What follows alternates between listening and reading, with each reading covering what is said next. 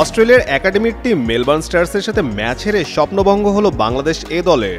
বৃহস্পতিবার batting bowling দুই ডিপার্টমেন্টে হতশ্রী পারফরমেন্সের পর বাংলাদেশ টপ অ্যান্ড টি-20 সিরিজের সেমি রেস থেকে অনেকটাই ছিটকে যায়।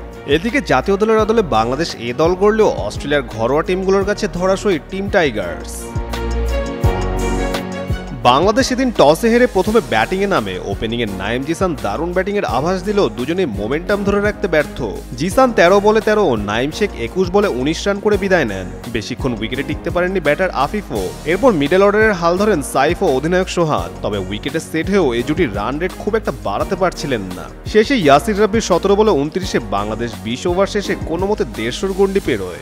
জবাবে বাংলাদেশ বোলিংয়ে নেমে কোনো প্রকার চ্যালেঞ্জই ছুড়ে দিতে পারেনি মেলবোর্ন স্টার্সকে। শুরুতে রকিবুল হাসান মাহমুদরা কিছুটা চেপে ধরল জোনাথন মেরলোর 38 বলে 61 রানের সুবাদে মেলবোর্ন স্টার্স অনেকটাই জয়ের পথে থাকে।